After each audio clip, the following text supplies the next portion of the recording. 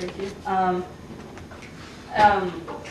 When I started doing this, it was at like a local slam, which is like a coffee house type open mic, and at the end there would be competitions, and it was awesome. And I remember like the first few times I did it, everyone was like, "Oh yeah, it's good, but like, can't you write something funny or like nice?" And I was like, "That's not even in my vocabulary." I'm not going to apologize for bringing down the mood, because this is how I address the issues that I think are important to me through art. And like Dan said, it provides a space for us to imagine new possibilities, new solutions, new ways of looking at each other.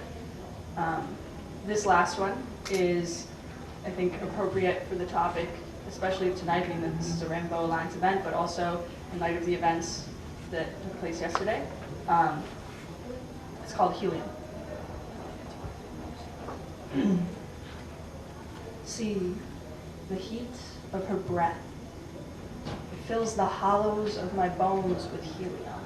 And it lifts my limbs just long enough to let her in. And it lifts my rib cage just long enough to feel again. But as for my organs, I wish that I could say she was healing them, but truth be told, there's simply no retrieving them. See, fingerprints line the cavity with the throne from which my heart once ruled, and blood splatters where my mind once brewed. But it's true, this ain't a murder scene. It's just a simple way to indicate a corpse, where love once careened down the walls of my stomach, newly empty from a fill of fairy tales and bad porno scenes, the seeds from which we grow what we think love should be. Well, I want a forest fire to rage until I am clean.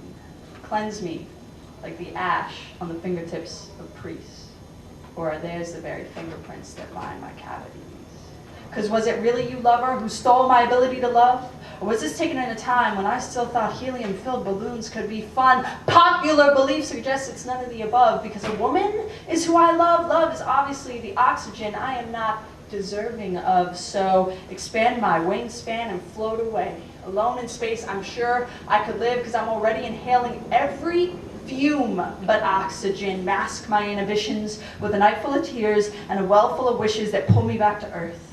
Cinder blocks for shoes, and she's pulling at my hair yelling, "Parachute, parachute!" But don't look so concerned. This death will not be my first, because the capacity of my cavities are already drowning in depravity. So pick up a dictionary and put down your Bible and see that the separation of church and state isn't what's on trial, that the Constitution was conceived without contraception of God's holy word and his immaculate erection. So let me ask you one last mind-fucking question. Who the fuck are you?